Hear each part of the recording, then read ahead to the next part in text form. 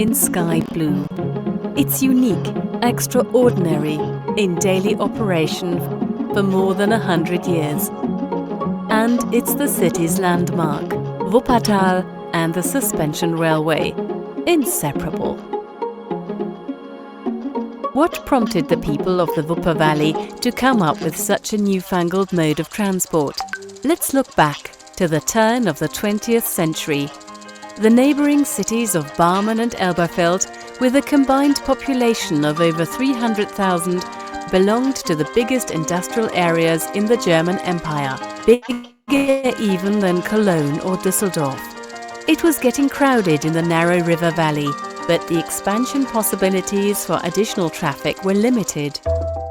The solution to unclogging traffic came from Eugen Langen, inventor, pioneer, visionary. After some trials and a test installation, he obtained the patent for his engineering masterpiece called the suspension monorail system.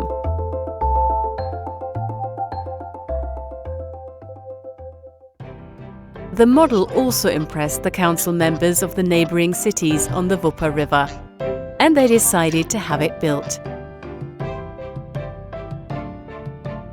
In only 5 years, the workers and engineers constructed this transport sensation.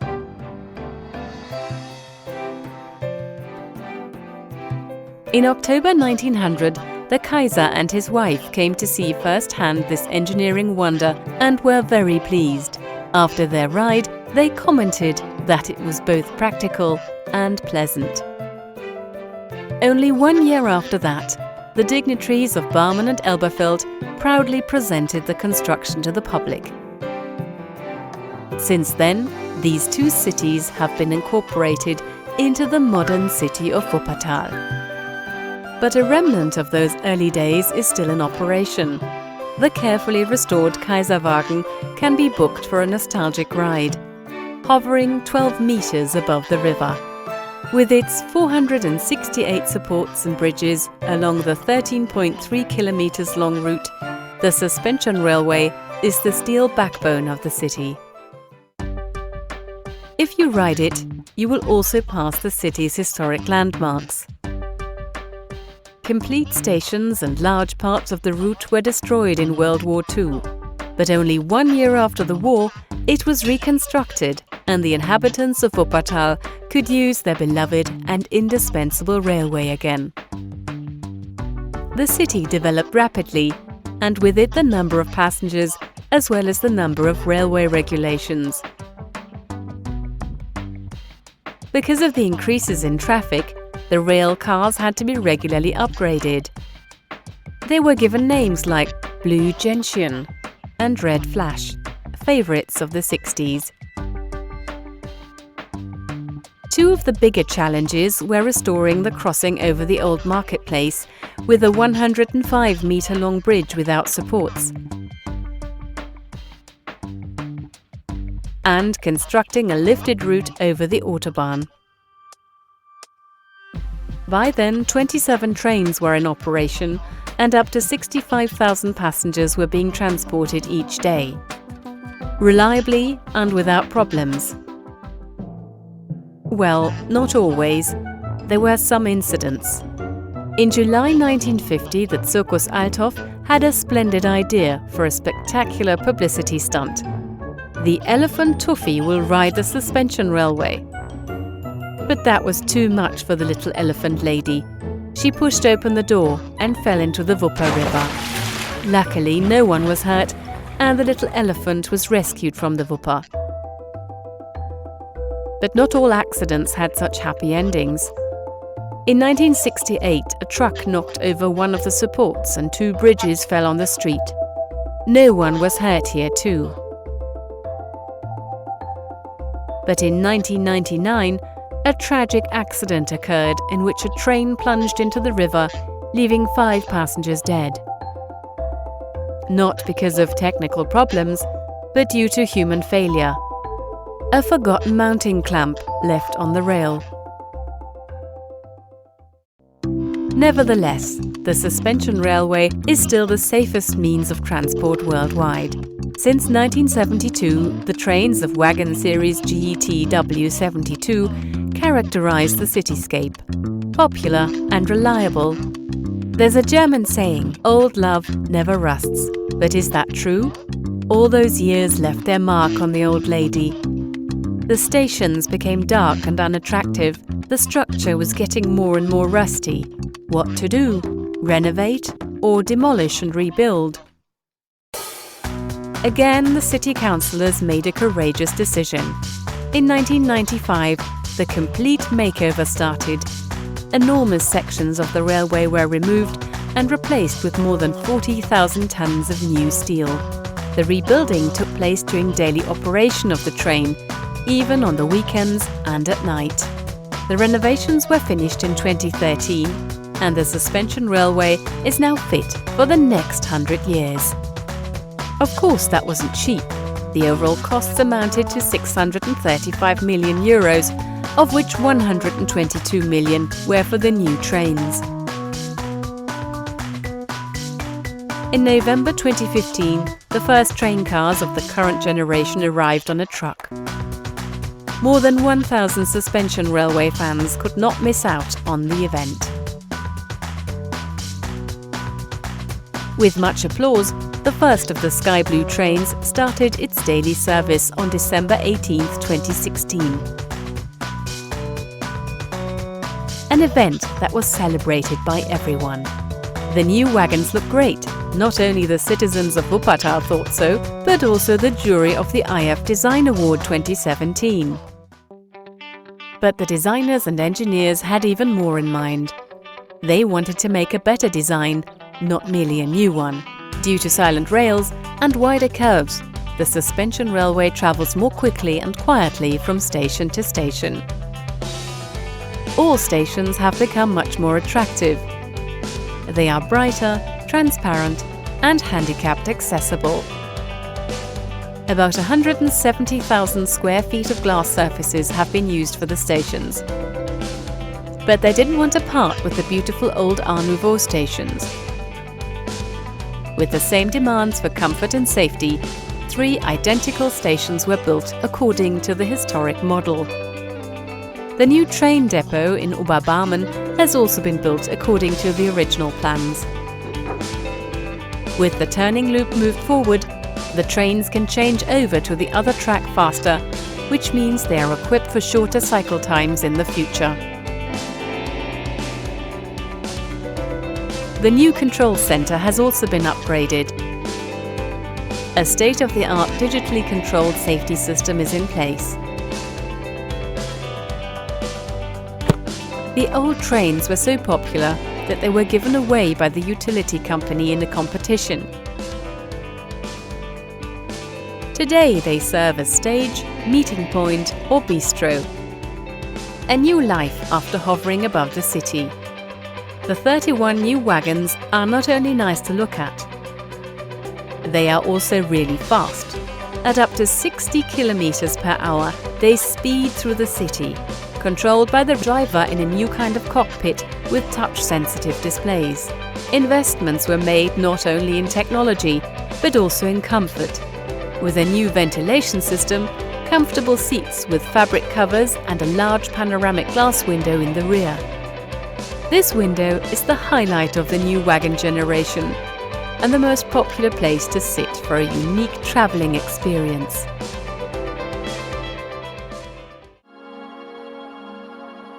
A lot has changed since that maiden voyage more than 100 years ago. But one thing is still the same. The suspension railway is the most reliable and popular means of traffic in Wuppertal.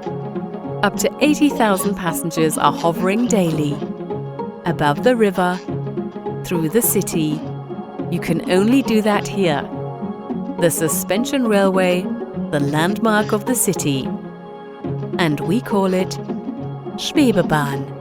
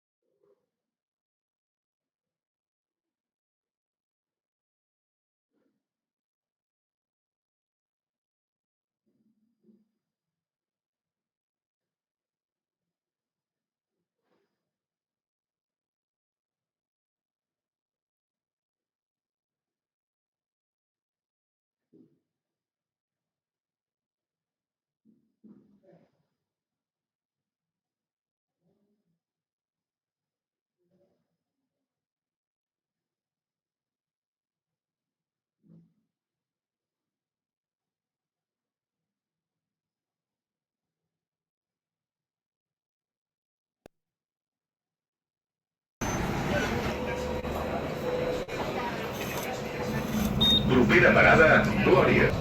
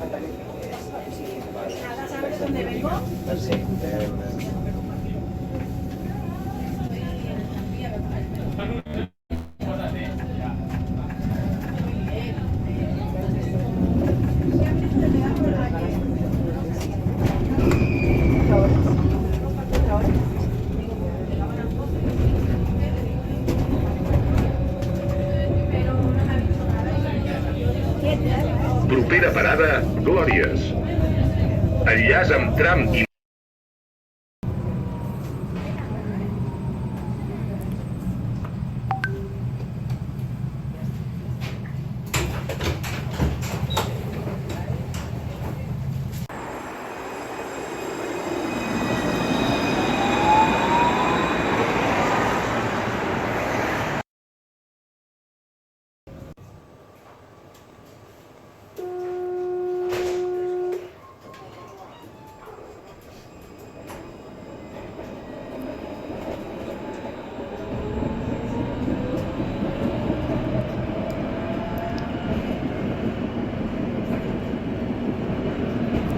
Final de trajecte, Ciutadella, Vila Olímpica.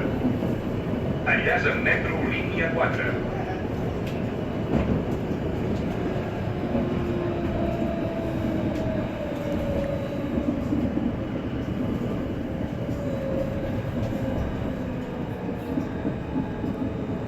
Het zijn mensen van Alstom, dat zijn de trambouwers. Heeft die wisselijzer in zijn hand.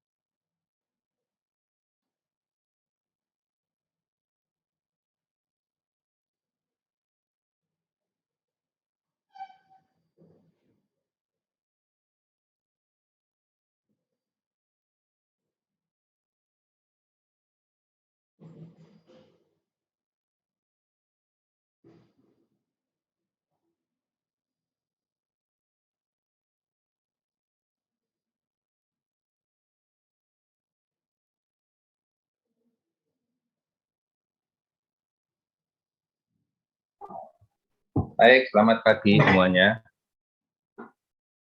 Pagi, Pak.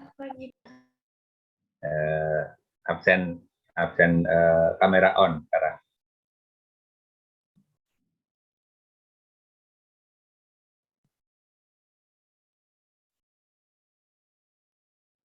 Absen kamera on. Oh iya, yang namanya R saja itu siapa itu? R saja.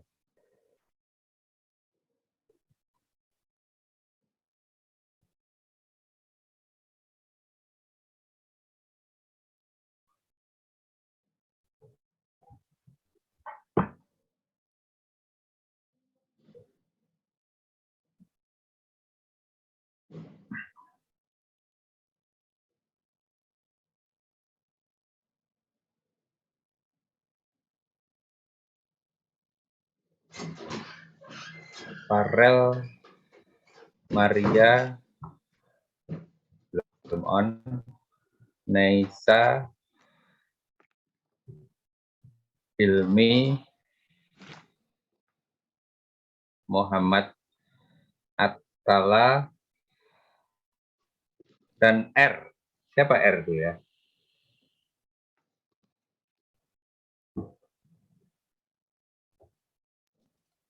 Pak, permisi, saya mohon maaf belum bisa on cam soalnya nggak tahu ini kameranya tidak bisa dinyalakan, Pak. Siapa ini? Maria, Pak. Oh ya, oke. Terima kasih, Pak. Nisa, Muhammad Attala, R.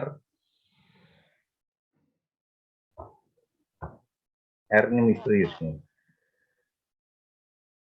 Farel,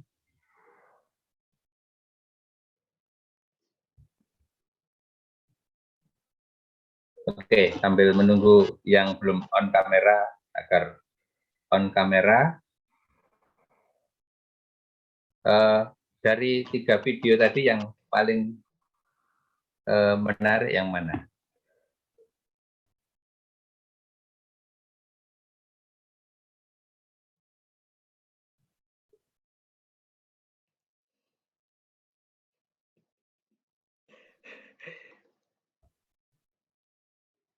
Ini, Jagat di Po Alam. Nah, namanya paling mantap ini. Yang Oke, paling Pak. menarik.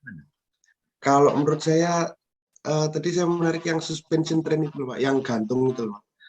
Kan dua-duanya gantung, yang pertama sama kedua. Yang kedua, Pak. Tapi, Oh, yang Pak. kedua. Oke. Itu hanya ada satu di dunia. Hanya ada di kota itu saja. Mungkin karena mahal. Mungkin ya, saya kurang tahu. Oke, saya mulai kuliahnya. Nanti R sama apa tadi? R sama oh ya, R saja yang belum.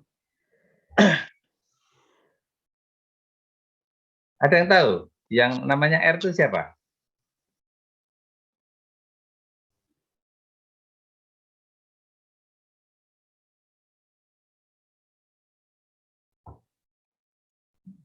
Raden Mas siapa tuh R itu? Oke, silakan kalau mau off cam. Saya masih penasaran sama yang namanya R. Dia tidur.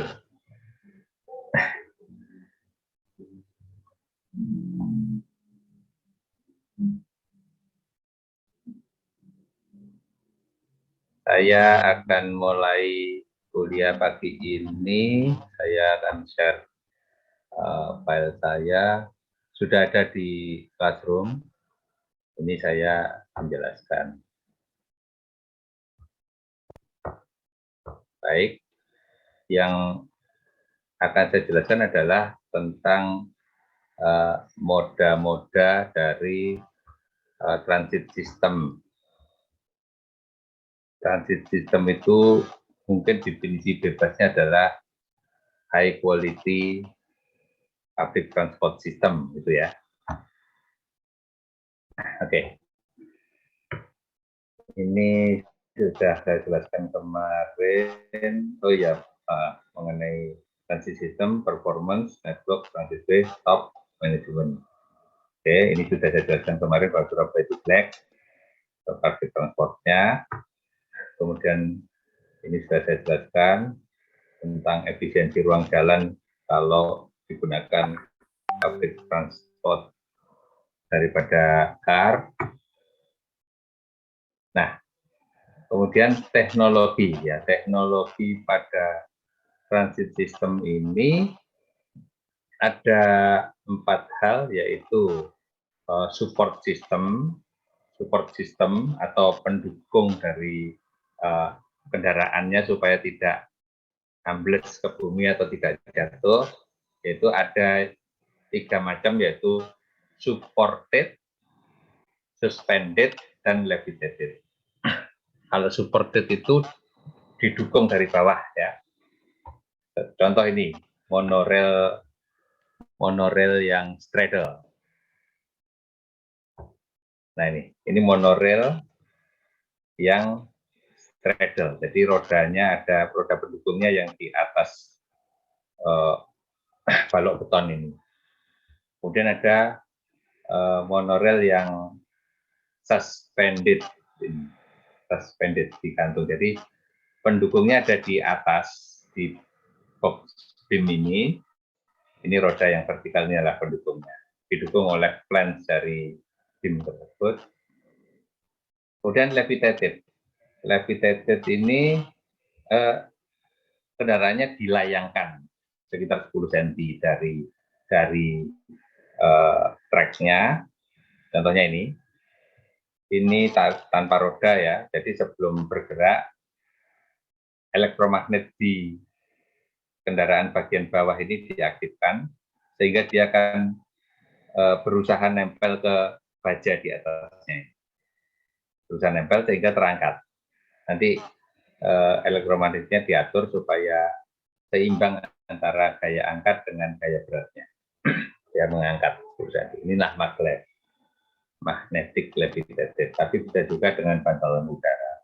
Yang suspended bisa roda baja didukung rel baja dan karet didukung beton ya. Suspended itu juga bisa seperti ini, pakai ban atau roda yang didukung konstruksi di atas atau digantung pada kabel baja seperti yang video pertama tadi. Video pertama itu kabinnya digantung di kabel baja dan kabel bajanya yang ditarik. Kemudian guidance system itu adalah pengarah arah transversal. Jadi belok kiri, belok kanan itu diarahkan oleh jalannya atau disetir.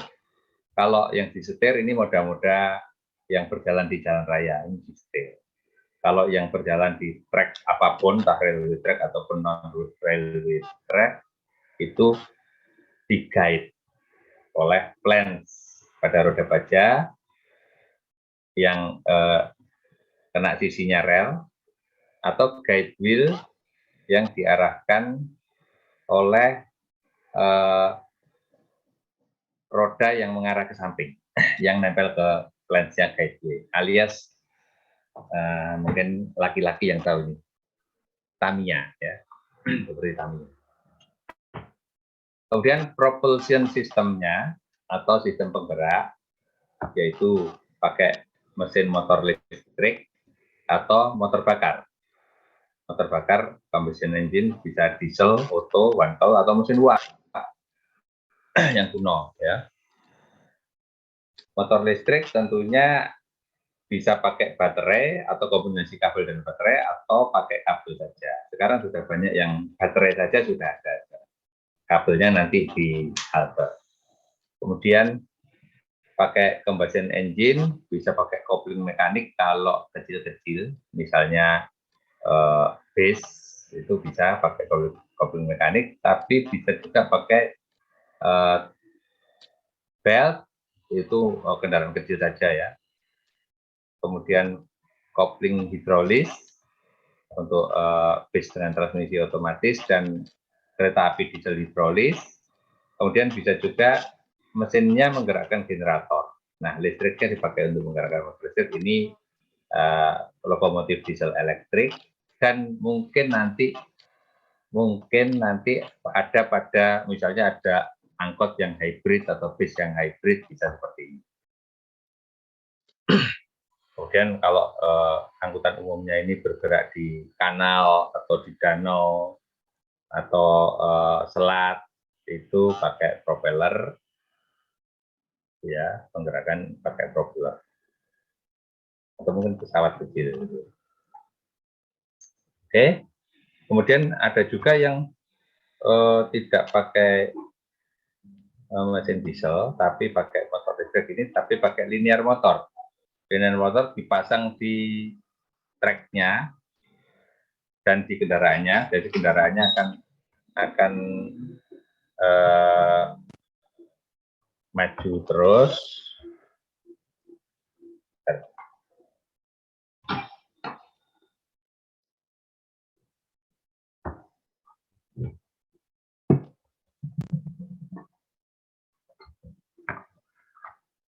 Ya, kendaraannya akan bergerak maju. Jadi ini seperti motor yang bundar tapi dibuka jadi datar. Kemudian setelah itu kontrol sistemnya. Kontrol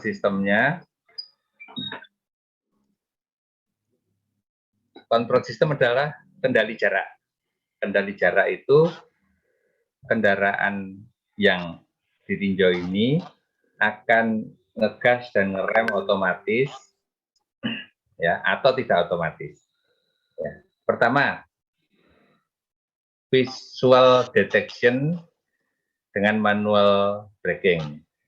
Ini nama lainnya adalah line sight, ya. Line sight itu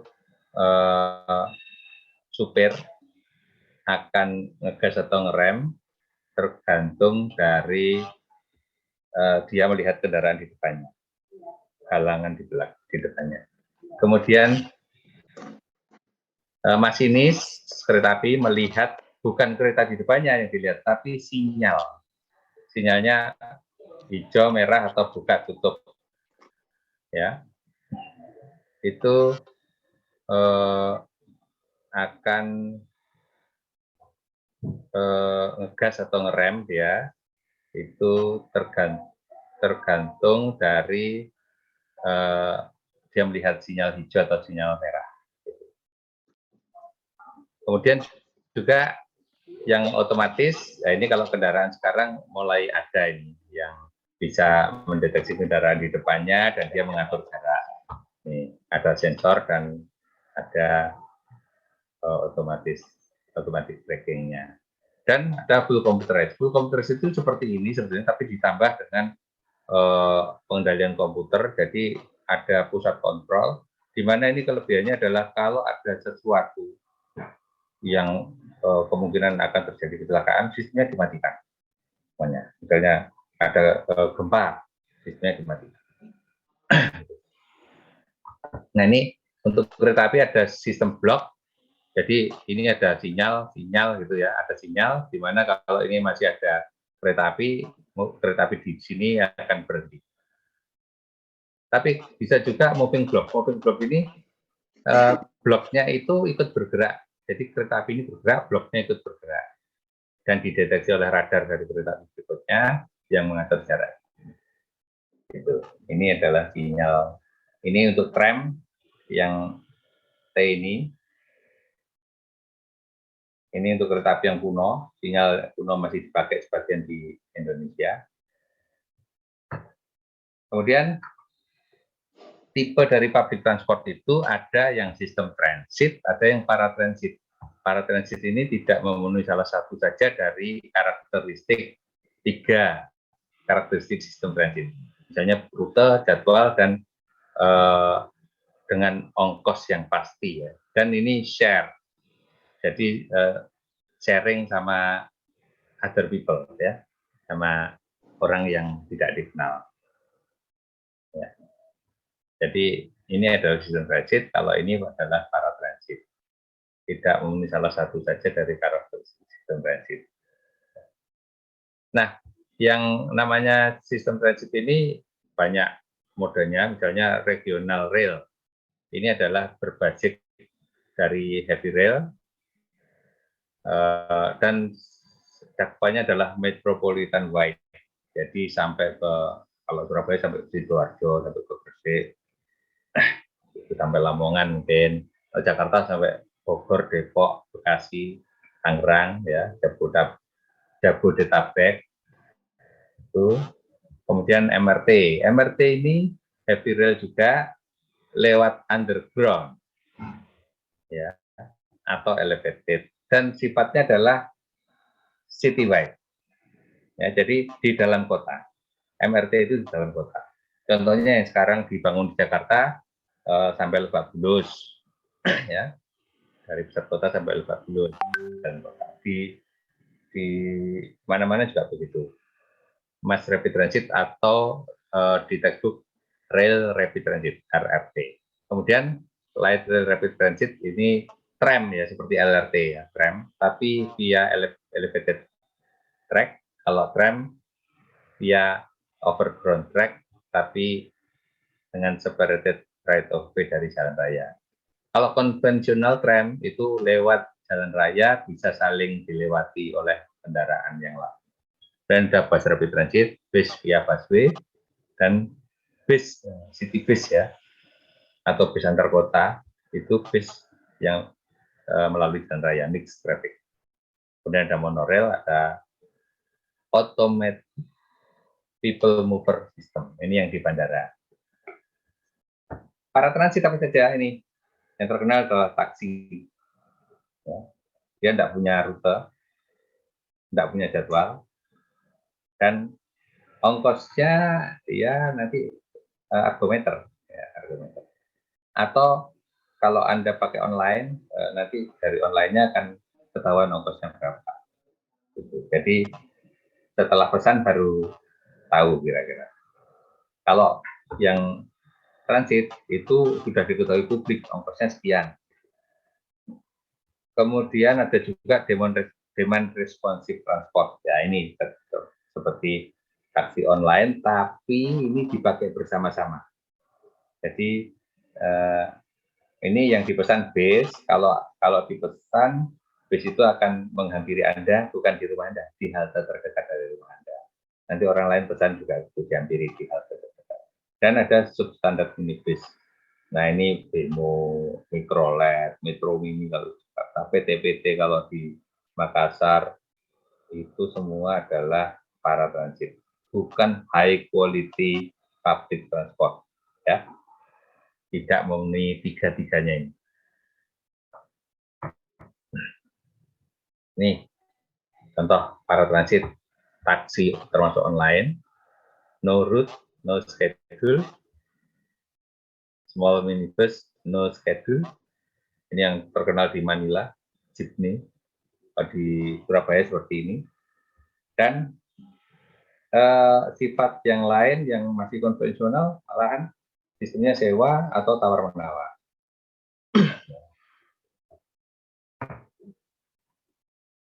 Nah, kemudian right of way. Right of way dari public transport atau transit system ya, itu ada 3 golongan. Yang pertama adalah eksklusif, ya, exclusive way, atau dikatakan right of way-nya itu tipe A. Kemudian ada tipe B atau dedicated lane, misalnya bus lane, LRT atau tram lane khusus ya. Kemudian tipe C yang mix. Ya, ini tipe A itu pada arah memanjang maupun crossing tidak ada yang mengganggu. Kalau tipe B itu pada arah memanjang tidak ada yang ganggu, tapi masih crossing dengan jalan raya. Itu tipe B. Dan tipe C itu ya sepanjang jalan dia bercampur dengan lalu lintas yang lain. Kemudian kapasitas. Kapasitas itu pertama adalah vehicle capacity, yang kedua adalah line capacity. Ya, line capacity. Nah, vehicle capacity itu ini, kalau Anda ditanya, mikrolet itu kapasitasnya berapa? Oh, kiri 4, kanan 6, depan 1, berarti 11 penumpang. Nah, itu adalah vehicle capacity. Bis kota kapasitasnya berapa? Duduk plus berdiri 70. Itu adalah vehicle capacity. Ya, jadi kemampuan angkut atau daya angkut maksimum yang memenuhi standar kenyamanan. Ada standar kenyamanan duduk, itu per orang 0,3 meter persegi. Itu masih dianggap nyaman. 0,3 meter persegi itu gini, berapa ya? Anda berdiri, kemudian Anda memakai ruangan berapa senti kali berapa senti ini? 0,3. Kalau 20 cm kali 20 cm,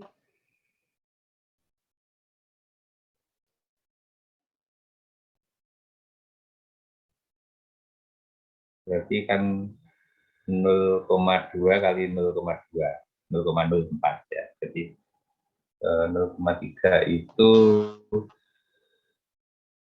berapa kira-kira? Kalau 1 meter kali 1 meter itu 1 meter persegi ya. 1 kali 30 cm, ya itu 0,3. 1 meter kali 30 cm. Atau 0,7 kali 0,4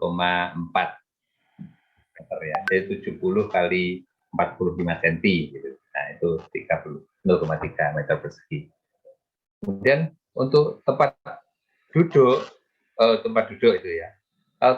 Maaf, itu tadi duduk ya. Jadi ukuran kursi Anda lah sampai ke kaki. Kemudian kalau tempat berdiri 0,2 cm. Jadi 20 kali 10 ya, atau 15 kali 14 saya kira-kira. Ini berdiri. Ya. Enggak ya. 20 kali 10 itu 0,02. Berarti 1 meter kali 20. Atau setengah meter kali 40. 40 kali 50 cm. Ini 0,2. Ya, 40 kali 50 cm. Satu orang berdiri. Nah, luas lantai yang bisa dipakai untuk penumpang itu adalah luas gross dari bumper ke bumper kali lebar, ya, panjang bumper ke bumper kali lebar dikalikan koefisien. Ini hanya untuk menghitung ruang dalamnya. Ruang dalamnya dikurangi loss area. Loss area itu yang tidak bisa dipakai oleh penumpang. Ini dipakai untuk sopir, dipakai untuk sirkulasi di pintu, buka tutup pintu dan sebagainya. Ya, sisanya itu dipakai untuk penumpang. Jadi aneto ini adalah yang bisa dipakai penumpang adalah jumlah tempat duduk dikalikan standar kenyamanan duduk ditambah dengan jumlah tempat berdiri yang kita belum tahu berapa ini. Kalau tempat duduk kursinya bisa dihitung. Ini tempat berdiri dikalikan standar kenyamanan berdiri 0,2. Maka kita bisa menghitung tempat berdirinya kalau kita tahu luas lantainya dan jumlah tempat duduknya. Ya, jadi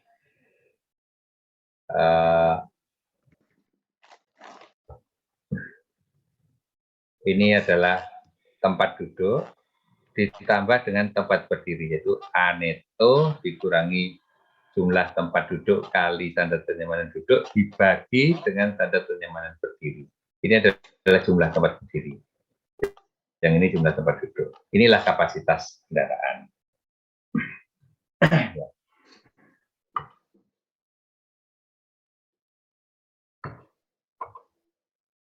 Karena kapasitas kendaraan adalah jumlah tempat duduk ditambah jumlah tempat berdiri.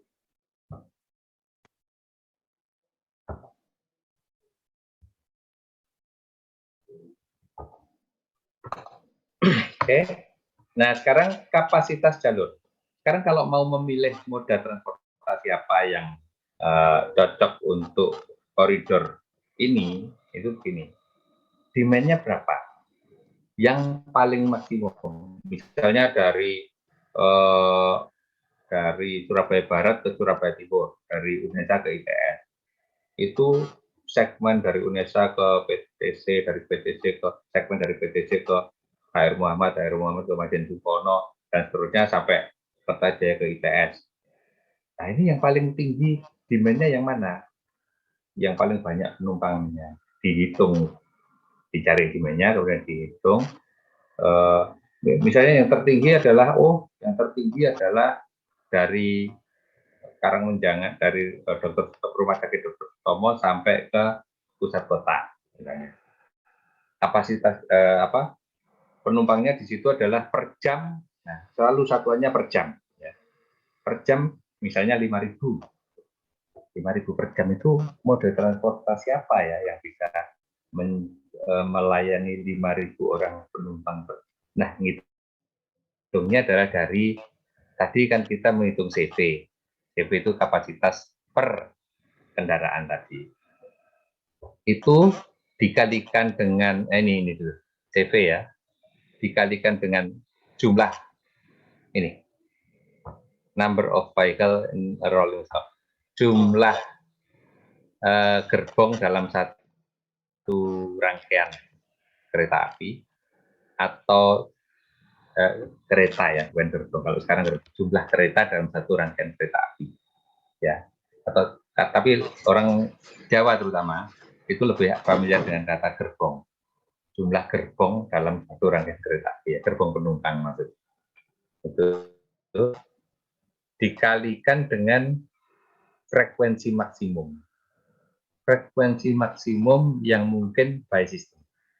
Contoh begini, kalau kereta api yang tidak ada crossing jalan raya dan double track, itu setiap 2 menit bisa. Jadi 1 jam adalah 60 dibagi 2. Ini 60 dibagi 2. Ada 30 kereta api bisa lewat. Tapi kalau ada jalan yang crossing, ya biasanya Jakarta pernah dicoba itu, waktu masih ada crossing, Jakarta itu hanya bisa 15 menitan. Jadi 1 jam ada 4 rangkaian kereta api yang lewat. Jadi F-nya hanya 4 per jam. Kalau underground, metro, itu bisa 30 yang lewat dalam 1 jam. Beda kan? Base itu ditentukan oleh lama waktu naik turunnya penumpang di halte yang paling sibuk, tapi juga ditentukan oleh dia berhenti di persimpangan itu berapa menit. Itu. Ya, jadi itu yang menentukan. Misalnya di persimpangan cycle time-nya 2 menit. Ya 2 menit. Berarti 1 jam ada 30 bus yang bisa lewat. Nggak bisa lebih. Kalau lebih nanti ada 2 bus yang akan berangkat bareng, berhenti bareng di satu halte, padahal haltenya hanya cukup untuk 1 bus. Gagal sistemnya. Itu ya. Kalau dalam detik, ya 3.600 per headway dalam detik. Kalau dalam jam, ya 1 bagi headway satuan jam. Oke. Ini adalah kapasitas teoritis dari moda itu. Bisa dilayani sekian penumpang per jam. Nah, inilah bedanya ilmu angkutan umum ya dengan ilmu traffic engineering. Traffic engineering itu satuannya adalah satuan mobil penumpang per jam. Tidak peduli dalam mobil itu hanya ada 1 orang atau 2 orang atau 8 orang. Ya, pokoknya mobil yang lewat dia. Kalau untuk ilmu angkutan umum dihitung ini jumlah orangnya yang biasanya secara generik, secara behavior dari orang itu akan diisi berapa mobil. Contoh ini, jalan arteri itu kapasitasnya per lajur adalah 1.650 satuan mobil penumpang per jam. Berapa manusia itu? Ya, teoretik itu adalah meskipun mobilnya Innova 8-seater ya, 8 penumpang, tapi orang tidak akan berangkat bareng-bareng dengan tetangganya. Ya, itu egoisnya mobil. Jadi dia akan berangkat sendiri. Maka hanya 1.650 orang per jam. Dalam kondisi macet itu, 1.650 itu level of service A, stop and go. Kalau mau safe, mau lancar, level of service C, kira-kira penumpangnya ya 1.000 lah, mobilnya 1.000.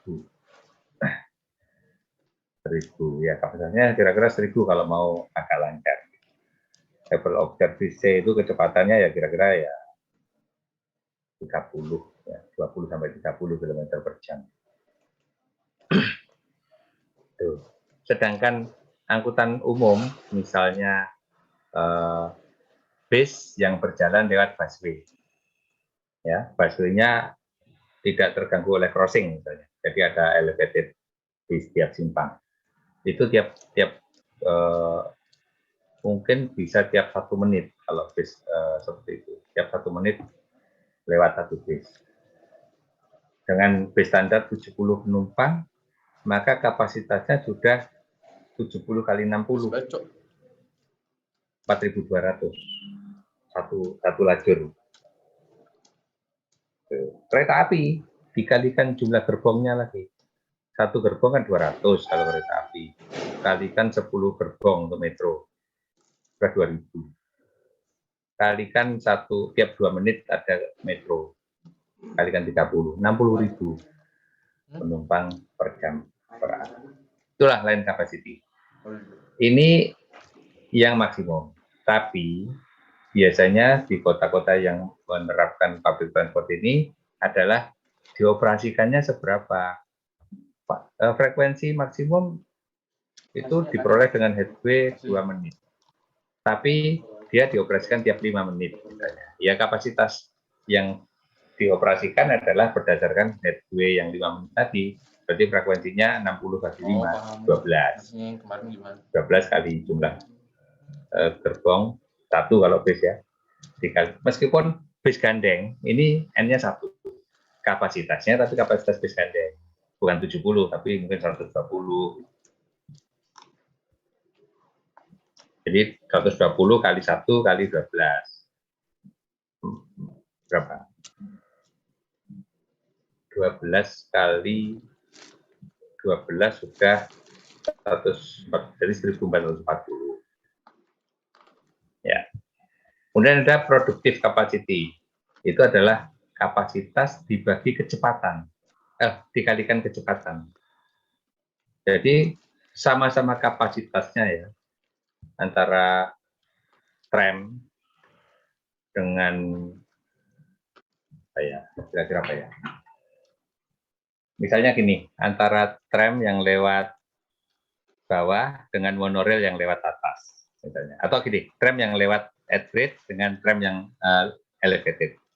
Sama-sama kapasitasnya, tapi yang elevated lebih cepat kecepatannya karena pada tidak terganggu crossing jalan.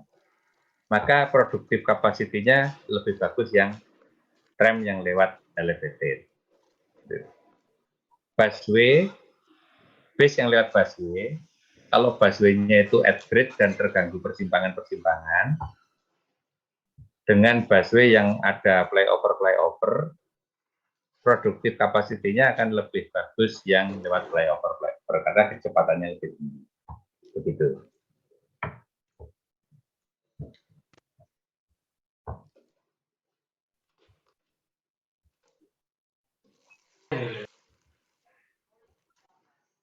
Ada pertanyaan sampai sini? Langsung tanya kalau mau tanya. Ini biasanya yang harus hati-hati adalah N. Ya, jadi N ini jumlah gerbong dalam satu rangkaian. Bukan jumlah kendaraan per jam juga. Jumlah gerbong dalam satu rangkaian. Bis maupun tram yang articulated itu sampai 7 badan yang bisa bengkok-bengkok, itu N-nya tetap 1. Ya, kapasitasnya yang tinggi. Tapi kalau tram articulated itu digandeng 2, ya N-nya 2. Kapasitasnya per 1 tram. Lanjut. Oke. Nah, klasifikasi dari sistem transit itu adalah ada yang low performance, yaitu street transit, yaitu bis kota dan tram yang mixed traffic, dan high performance. Itu ada 2, yaitu semi rapid transit dan rapid transit. Rapid transit itu kereta api, ya, komuter rail, ya, KRL, KRD, kemudian rail rapid transit ini underground, metro, MRT dan sebagainya. Kemudian semi rapid transit ini LRT dan semi rapid bus alias bus rapid transit. Ya, kalau Kucik tidak mau bilang BRT, tapi semi rapid karena tidak rapid sungguhan. Ya, rapid itu cepat. Di persimpangan dia terganggu. Nah, gitu. Jadi ini right of way B, ini right of way A, ini right of way C. Yang C ini low performance. Kemudian mass rapid transit atau rail rapid transit itu bisa sampai 10 gerbong ya dalam satu rangkaian. Jadi N-nya bisa sampai 10. Panjang kendaraannya ini tidak ya, ini tidak begini. Per gerbong 20 meter ya. Ini 20 meter per gerbong. Ini salah ini. Kemudian kapasitas kendaraan bisa rata-rata 200 ya, tapi ada variasinya. Ada yang gerbongnya panjang, ada yang pendek. Itu 200 per gerbong. Right of way tipe A 100%, kontrolnya by sinyal atau computerized ya. Tiketing di stasiun. Jadi Anda beli tiket dulu, baru bisa masuk ke peron. Baru bisa masuk.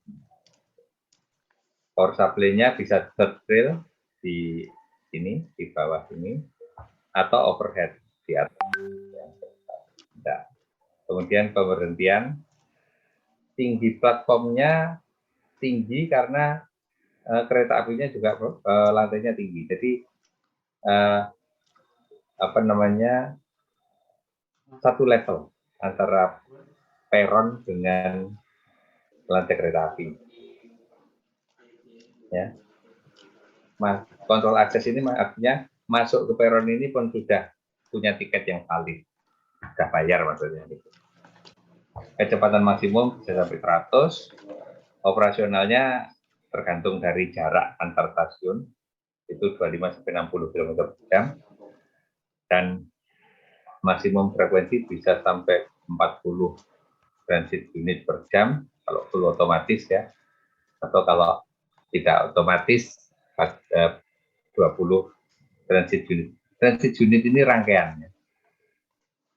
Rolling stock, satu rolling stock, jadi bisa 40 rolling stock ya per jam. Normalnya 20 rolling stock per jam. Saat off peak dioperasikan lebih jarak.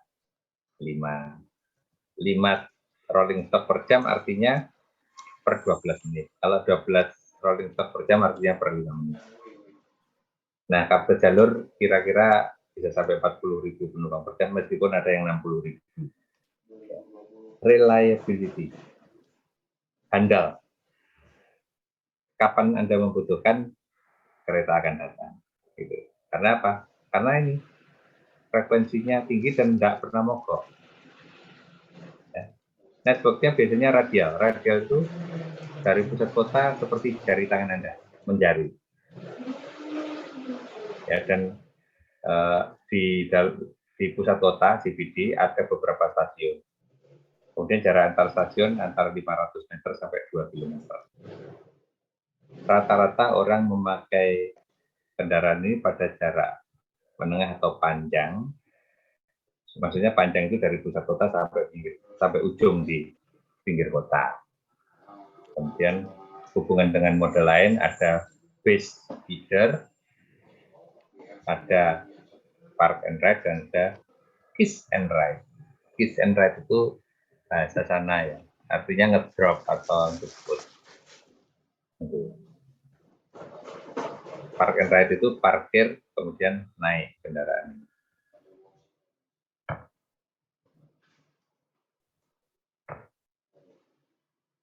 Nah, ini contoh perhitungan ya. Misalnya ini ada ini MRT Jakarta misalnya ya. Panjangnya misalnya 19 meter. Lebar 2,65. Luasnya adalah dikali.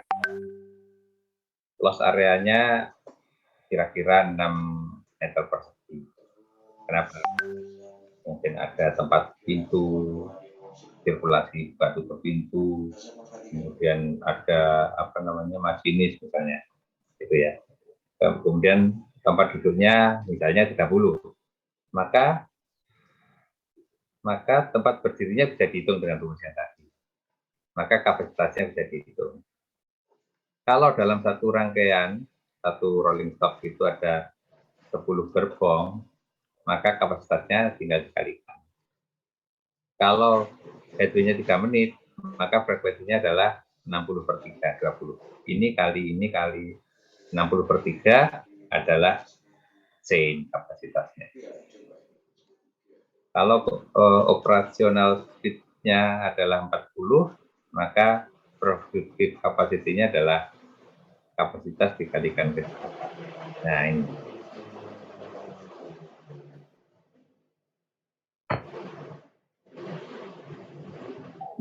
Kelemahan dari rel rapid transit adalah mahal.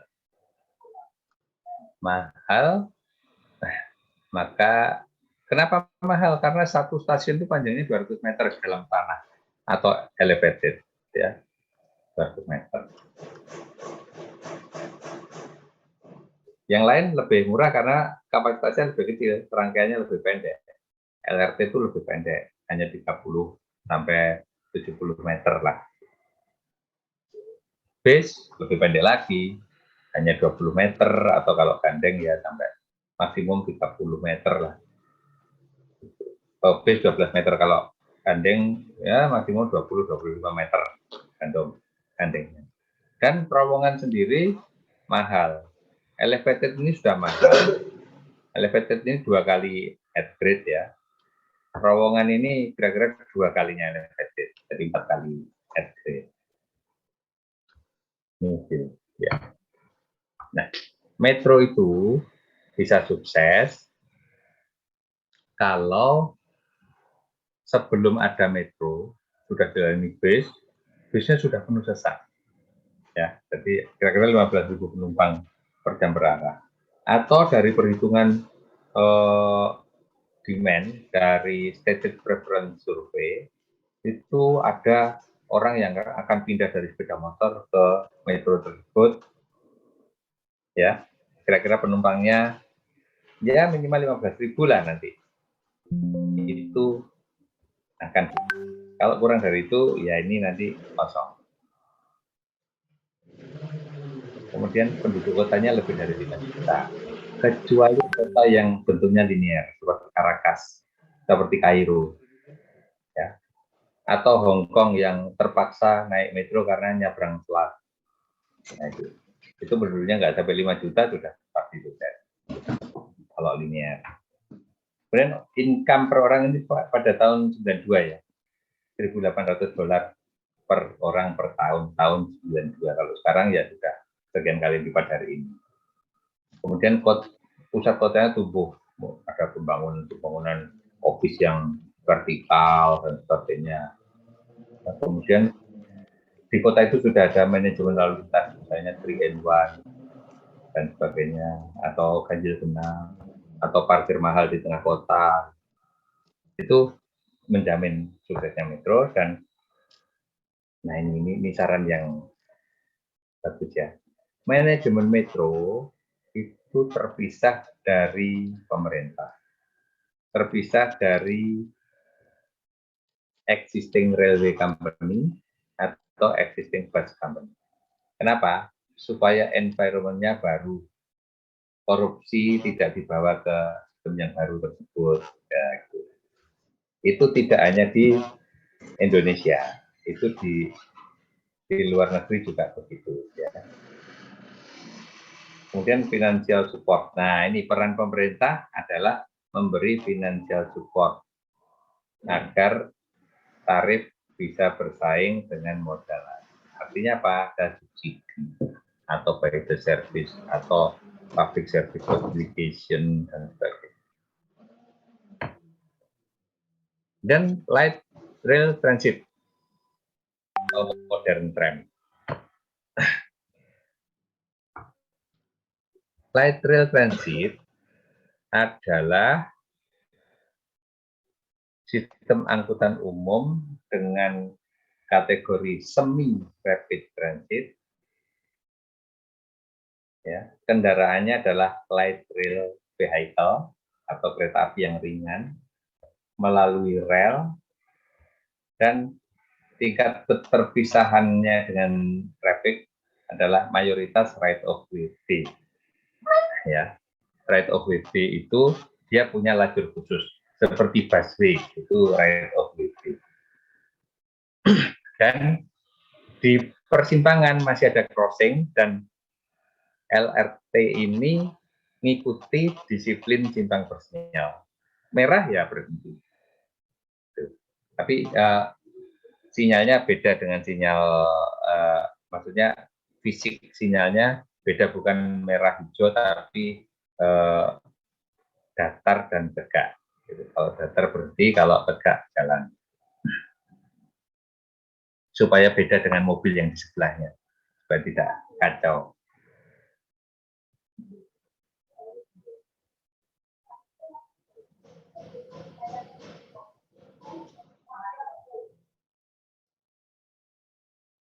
Kemudian,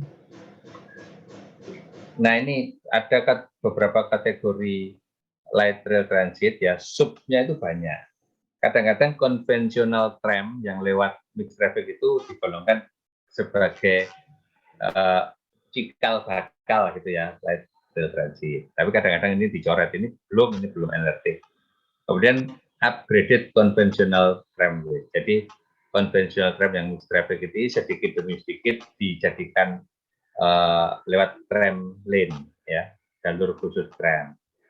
Itu sebagian dulu. Kemudian ada yang membangun new tramway system. Jadi belum ada tram, dibangun tramway yang baru, itu sudah pakai konsep LRT. Nah, hati-hati dengan nama tram dan LRT. Di Eropa, itu baik yang konvensional tram maupun yang LRT, namanya tetap tram. Ya. Maka kita sebut modern tram lah. Gitu. Tapi di Amerika, itu dari awal kalau dia bangun yang right of way itu sudah disebut LRT. Ya. Jadi LRT network dibangun dari networknya tram, itu bisa terjadi. Kemudian ada juga LRT sistem di kota-kota satelit dari kota besar. Contohnya Paris. Paris itu kotanya sudah dilayani oleh metro. Dan untuk sampai ke Sidoarjo, ke Gresik, ke Depok, ke Bekasinya sudah ada namanya RER. Itu regional rail, kayak KRL, tapi di tengah kota dia underground juga. Nah, tapi di pinggir-pinggir kotanya, jadi di pinggiran kota Paris, itu dibangun sistem LRT. Yang akhirnya menjadi lingkar, ya, melingkari pinggir kota Paris. Akhirnya menjadi bangunnya tidak langsung. Kemudian bisa juga dibangun terintegrasinya antara RER ya, RGR Regional Rail, KRL ya, dengan LRT.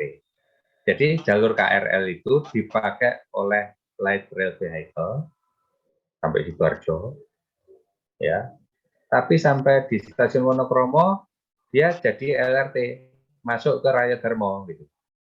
Nah, contohnya gini, Jakarta misalnya Jakarta. Dari Depok dia pakai relnya KRL, kemudian sampai di mana? Dekat sebelum ya sekitar Pasar Minggu, dia masuk ke lewat jalan raya sampai ke Tamrin Sudirman. Nah, itu adalah namanya kombinasi RGR dengan LRT itu adalah tram train. Tram train itu sangat umum di Jerman, tram train. Kemudian ada light rail rapid transit. Itu adalah LRT tapi lewat elevated track. Nah, di Indonesia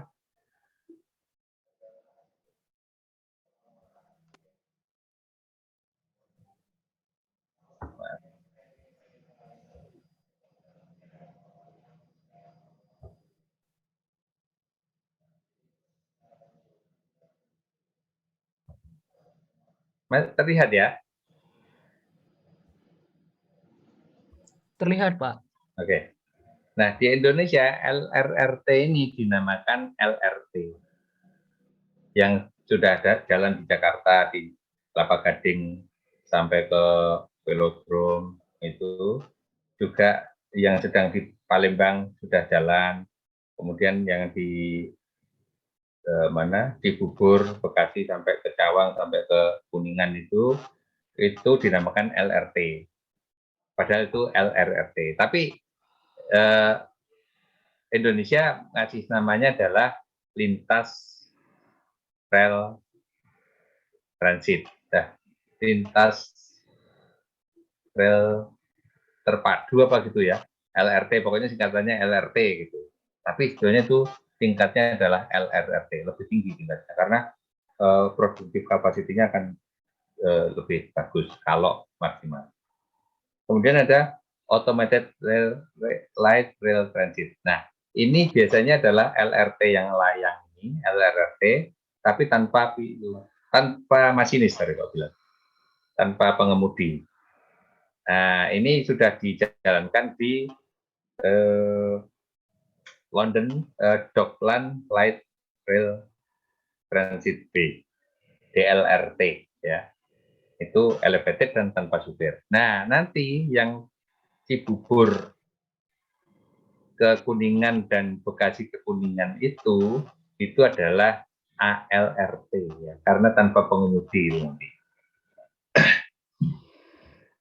Indonesia maju, ya.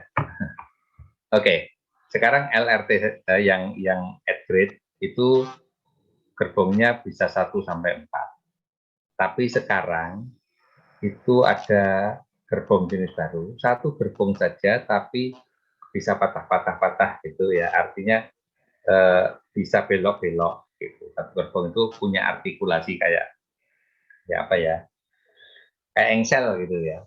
Tapi tidak bisa dilepas. Jadi hitungannya 1 gerbong dengan kapasitas yang besar.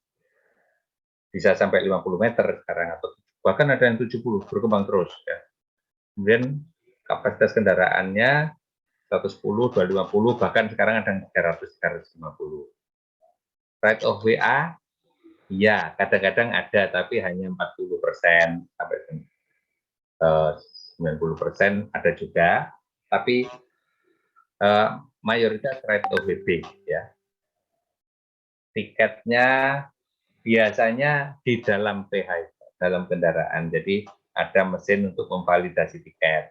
Seperti di video saya yang tadi, masukkan tiket di pintu, di dekat pintu, nanti tiketnya valid. Kemudian power supply-nya overhead, pakai kabel atas, meskipun sekarang sudah ada yang pakai third rail, ya. Bahkan pakai sistem induksi pun ada, seperti kompor induksi gitu. Kemudian platformnya yang generasi baru LRT itu platformnya rendah, serendah 35 cm kira-kira. Jadi lebih tinggi sedikit dari trotoar, masih bisa diakses oleh kursi roda, ya. Dan kendaraannya juga lantainya rendah. Nah, ini yang hebat itu, mahal, ya, lebih mahal. Kemudian kecepatannya maksimum sekian, tapi operasionalnya hanya sekian karena jarak antar stasiunnya pendek-pendek. Kemudian maksimum frekuensi peak dan off peak. Kemudian kapasitas jalurnya tidak terlalu tinggi ya, antara 4.000 sampai 15.000 penumpang per jam. Reliability, nah ini kadang-kadang masih ada keterlambatan karena ada ini crossing dengan traffic itu, dan kadang-kadang masih ada section yang mixed traffic, terganggu oleh kemacetan. Networknya itu melayani pusat kota ya, dan ke pinggir itu dengan beberapa percabangan. Kalau metro tadi tidak ada cabang, hampir tidak ada cabang karena kecepatan tinggi. Kalau ini kecepatannya rendah, jadi masih ada cabang, ada branch ya.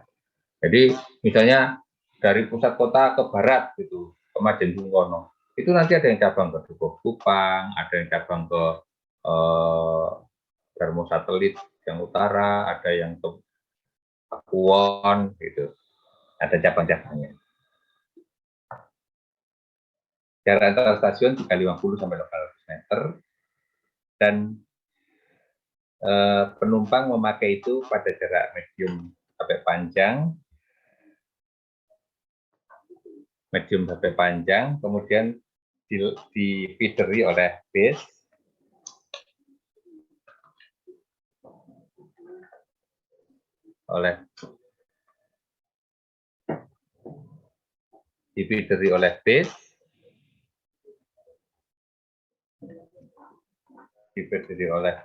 dan park and ride dan kiss and ride. Bentar ya.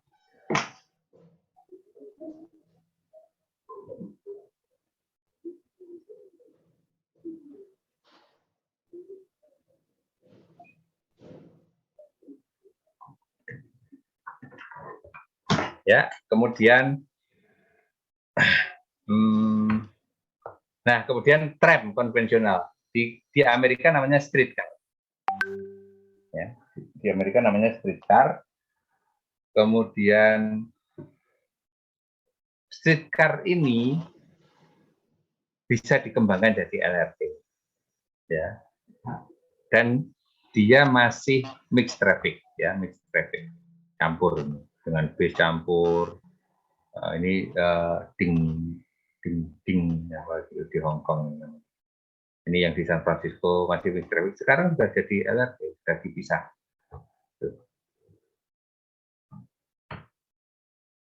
Nah, LRT yang modern itu biasanya at grade karena untuk menekan cost. Kemudian pemberhentian umumnya halte lantai rendah, serendah trotoar ya, kecuali yang elevated biasanya high deck. Kemudian kendaraannya ini articulated ini tidak bisa dilepas, ya, tidak bisa dilepas ini. Jadi kapasitasnya satu kendaraan ini besar, sampai 300 penumpang. Kemudian lantai kendaraan yang modern umumnya rendah, yaitu serendah trotoar tadi, 100% tanpa tangga, jadi kursi roda bisa masuk, dorongan bayi itu bisa masuk,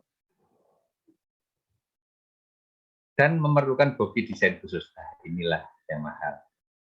Kemudian kapasitas jalur bisa sampai 25.000 penumpang per jam. Ya, di Mexico City itu seperti ini digandeng 4. Jadi ya besar juga.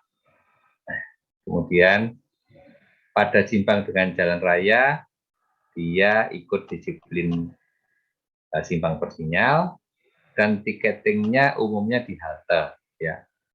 Meskipun ada yang ini kalau modern ya, kalau masih agak konvensional, halte beli tiket, tapi divalidkan di pintu-pintu tram. Nah, ini kalau yang konvensional itu ada anak tangganya. Jadi, kenapa di bawah sini ada bogi dengan as seperti ini. Ya, jadi ini kursi roda tak bisa masuk. Kalau yang baru ini low. Nah ini, jadi kalau ini boginya, ini as kiri dan as kanan terpisah, dia bisa lantainya serendah ini. Jadi ini kursi roda bisa masuk. Tentunya pintunya tidak pas di atas bogi ya, pintunya agak jauh dari bogi.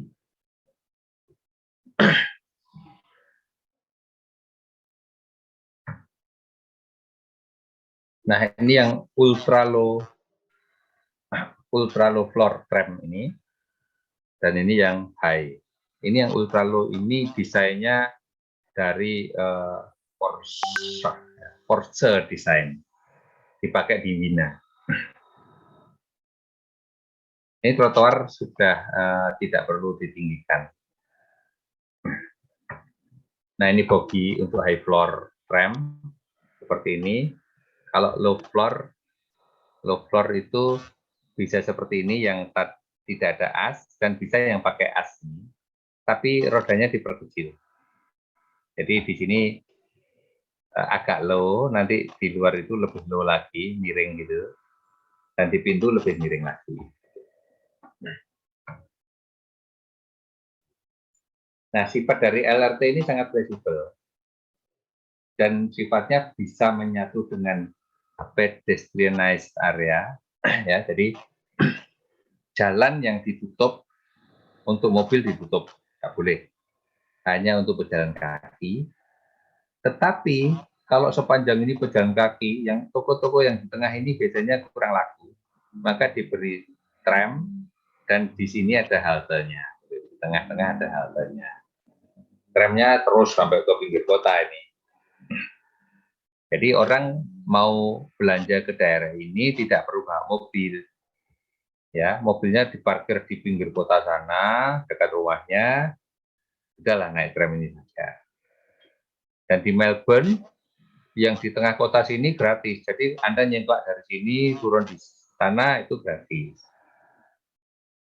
Ya, kemudian dia bisa menyatu dengan taman atau median yang dirumputkan, yang median yang dirumputkan. Jadi kotanya jadi jauh lebih indah, lebih hijau, lebih indah, tidak ada polusi udara, dan dia punya rel sehingga ID-nya tinggi, ya, identitasnya tinggi. Orang bisa tahu, oh ini ada tram, berarti saya ke kanan atau ke kiri ada halte, tinggal mengikuti aja jalannya di ini kan di median, mengikuti aja jalan ke kiri kanan, dia ada stasiun tram pasti. Kalau bis tidak tahu, kita kalau bisnya tiap 10 menit ya, kita ke Kertajaya, kita tidak tahu kalau di situ ada nanti ada bis gitu, kalau tidak buka-buka informasi ya, apalagi kalau headway-nya 30 menit, wah susah. Sekarang sudah 15 menit atau 12 menit di Surabaya headway-nya. Jadi kalau Anda cari kos-kosan itu tidak perlu yang di kampung misalnya ya, di dekat ITS. Anda bisa milih di kampung yang lain atau di perumahan yang lain yang dilalui oleh jaringan bis Surabaya Bis, dan Trans Semanggi Surabaya miliknya teman bis pemerintah pusat. Yang lewat ITS sekarang diganti Trans Semanggi Surabaya itu dengan headway 12 menit. Ya. Jadi lumayan.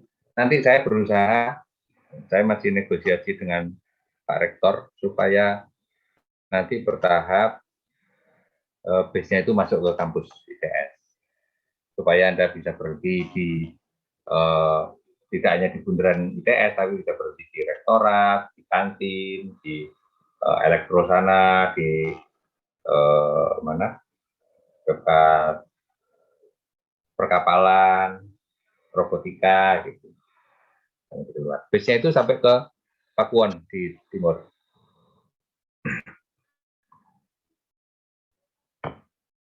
Kemudian rel tram ini ya, ini adalah groove rail. Groove rail itu artinya dia relnya punya alur. Jadi seperti ini. Ini relnya, nah ini relnya, ini punya alur. Atau seperti ini, punya alur. Ya ini yang jenis LR55 dan ini yang groove rail biasa. Sedangkan dia ditanam di jalan sehingga rata dengan permukaan aspal ini. Ya, pakai reflex join juga bisa, pakai aspal langsung ya bisa. Ini masih berapa slide nih? Oh masih banyak. Saya masih punya waktu 5 menit ya. 5 menit. Oke. Saya jelaskan sampai LRRT. Light Rail Rapid Transit. Disebut juga Light Metro atau Snel Tram. Snel Tram di Belanda. Snel itu apa? Ini kata dasar dari versnellen. Ya. Snel itu cepat. Versnellen untuk mempercepat. Ya.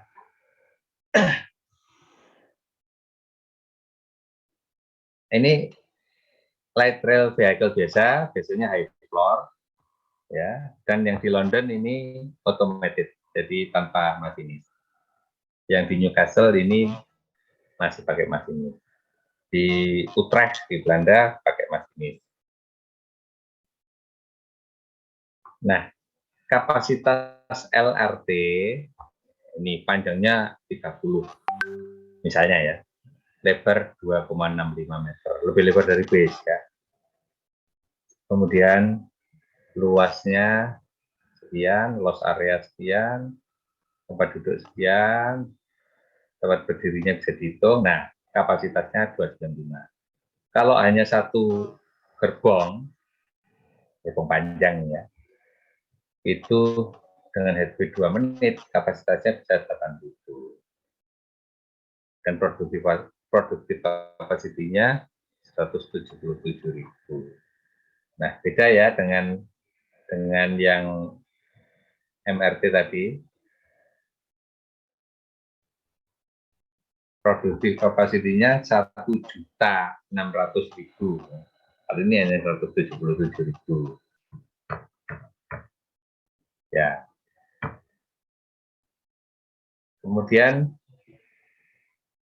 masih ada waktu sedikit, bus rapid transit. Nah, bus rapid transit ini bis yang melalui lajur khusus bis atau jalur khusus bis. Kunci suksesnya harus mempunyai feeder di daerah pinggirannya. Kemudian punya bus priority di tengah kota. Ya, misalnya punya jalur bis tersebut, kemudian di persimpangan harus diprioritaskan. Kemudian desain bus stopnya memungkinkan overtaking, memungkinkan nyelip. Jadi ada 2 lajur. Nah, ini lebih mahal lagi.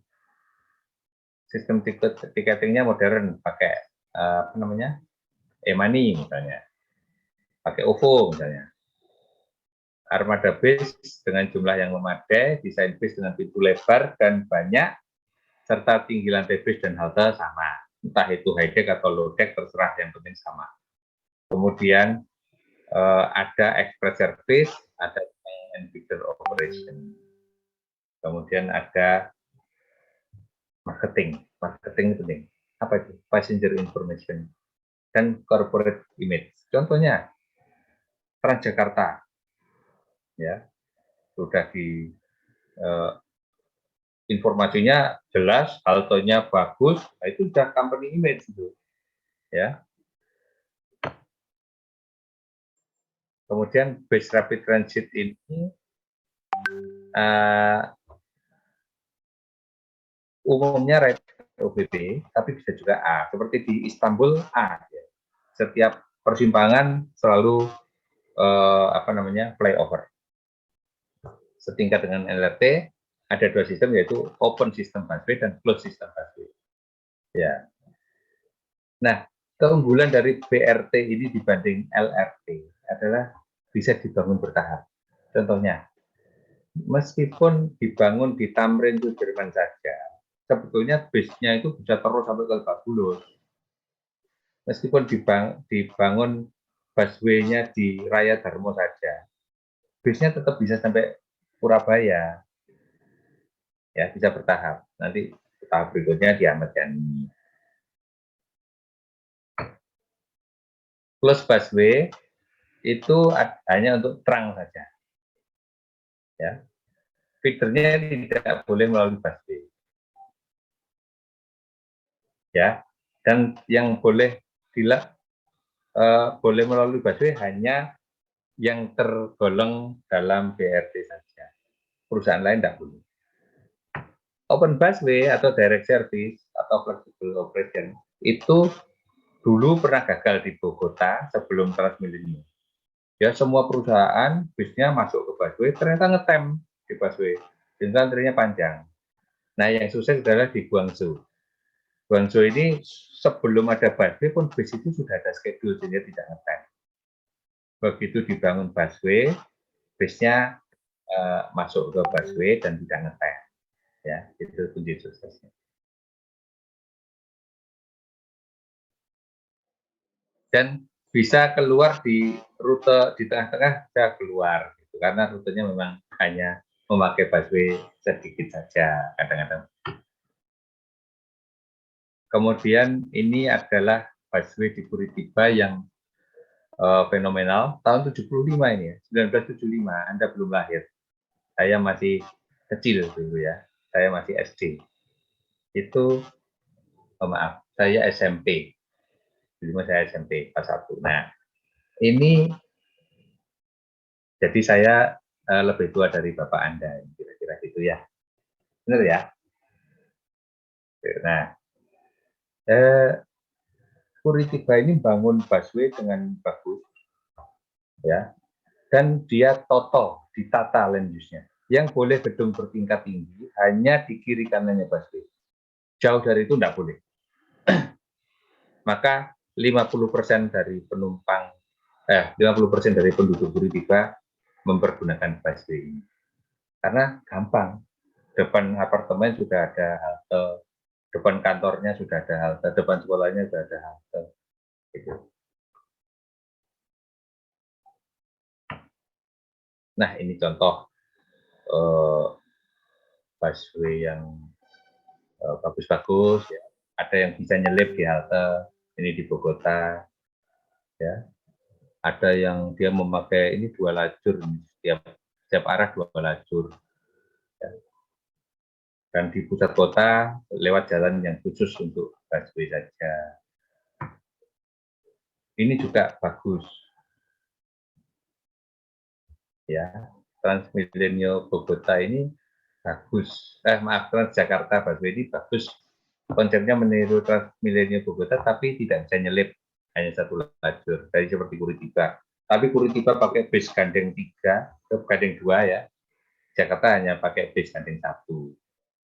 Kemudian masih ada pelanggaran-pelanggaran ini yang dipelopori oleh Bapak ini, gitu ya. Itulah Jakarta. Sekarang sudah semakin baik.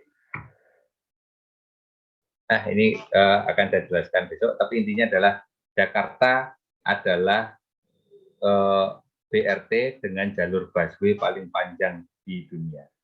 Ya, kita harus bangga dengan itu. Saya kira hari ini cukup sekian.